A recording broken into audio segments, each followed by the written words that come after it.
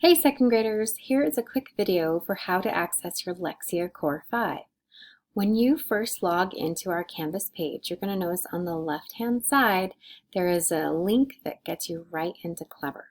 You want to make sure that you click that link, and it's going to ask, are you sure? Do you want to open this in a new tab? And you're going to click yes, open in a new tab.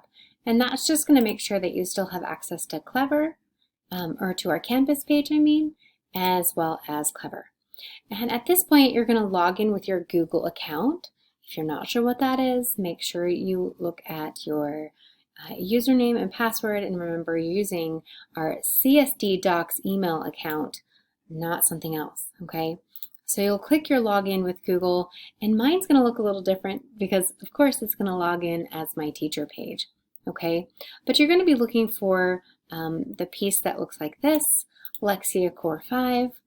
And when you click it, it's going to ask to authenticate with Google, and it might ask you for your teacher name, but whichever way it goes, it's going to bring you right into Lexia.